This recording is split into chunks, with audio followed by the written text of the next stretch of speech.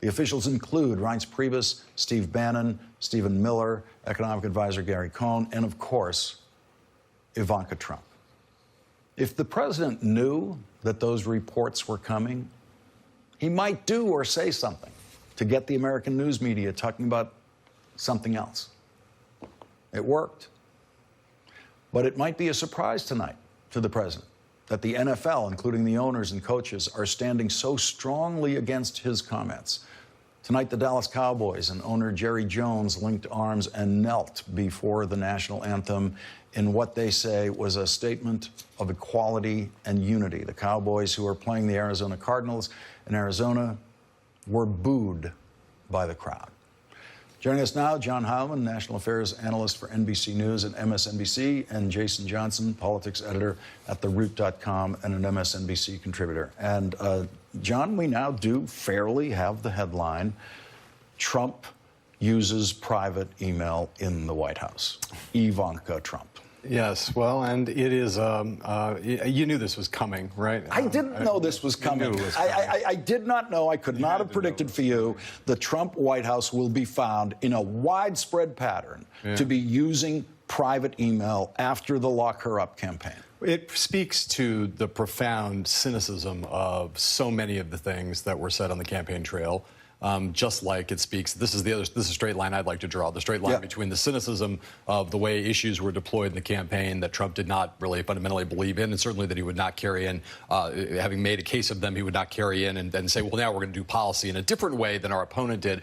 That cynicism, the same cynicism on display in this attack on Steph Curry and on Colin Kaepernick and on the NFL and these players who are protesting, the cynicism is staggering, and the hypocrisy is staggering. I can't tell in this instance what's worse, the race baiting, the profound attack on the value of free speech in what he did on Friday night, the cynicism of it, the hypocrisy of it, or the stupidity of it, because.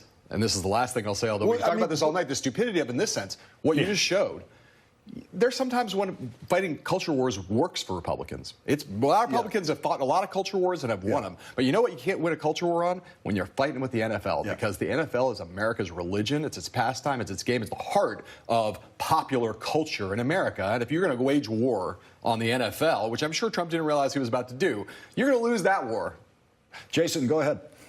Well, yeah, I mean, part of the issue here is that, you know, there's always, and you're hearing this from ESPN, you're hearing this from Fox, there is a confusion about who actually watches football. You know, Colin Kaepernick had the #1 selling jersey in the country last year, and that wasn't just because a bunch of liberals bought it. People who watch the NFL are all over the political spectrum. So this assumption that you can just dog whistle and say all this racist stuff and the base of the NFL will rally around you completely ignores the actual diversity of the people who watch the show. But I think, Lawrence, and you mentioned this at the beginning, and I think this is sort of a key thing, to sort of quote, you know, Kanye West from 10, 12 years ago, Donald Trump doesn't care about Puerto Rican people.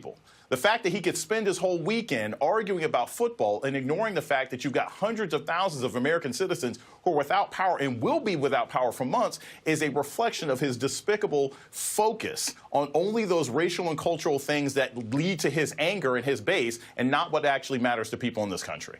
John, do you have a guess about when, and I mean a guess, about when Donald Trump discovered that Puerto Rico is part of the United States of America? I mean, is that something you think he knew before running for president or before inauguration? Your question supposes that he knows it now.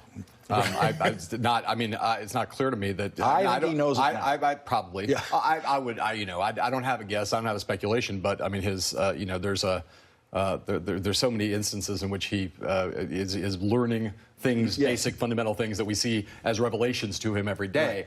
Right. I do think that this thing about the NFL is really a really important point, because what you see, Trump's playbook now is, if you were a football team that had the kind of playbook Trump had, you would lose every regular season game, because it's so predictable now, right? Yes. When there's going to be, if there's trouble on some other front, you go to the playbook, right? The playbook is launch a culture war.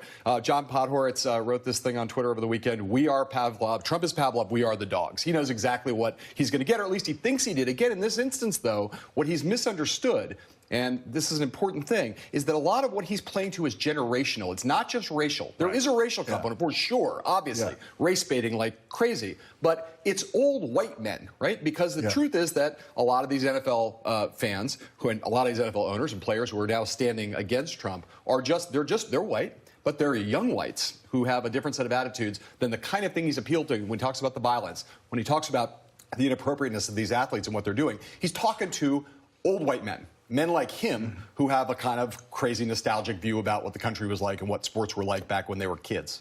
And Jason, he obviously had the surprise of one of the old white men, Bob Kraft, Patriots owner, who's been a real Trump devotee, actually turning against him to the extent that he was willing to say he was disappointed in what the president said. But it strikes me that this is happening when it's happening, that this particular weekend occurs when you have this crisis in Puerto Rico, which is a matter of extreme presidential attention, in which presidential attention can make all the difference. And we also are in this astonishing inching toward confrontation with North Korea because of the President of the United States rhetoric, also because of what North Korea is doing. But for the very first time, the rhetoric of the President of the United States is part of what's moving us there.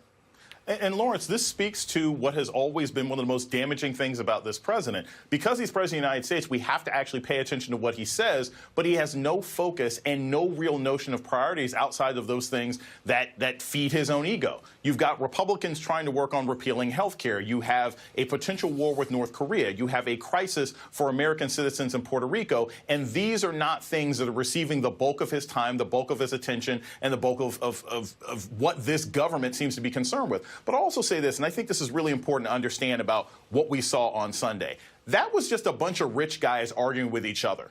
Look, when Bob Kraft takes a knee or Jerry Jones takes a knee, they don't care about police brutality. Jerry Jones went and hired a guy, Hardy last year, who was beating women to death. Most of these owners don't care about any of these moral issues. They were protesting because they didn't like another rich guy telling them how to run their businesses. So we got to make sure that we also stay focused on the fact that the players who have been doing this all along, they were the ones speaking up for justice. The people doing it now, I think a lot of them are just followers.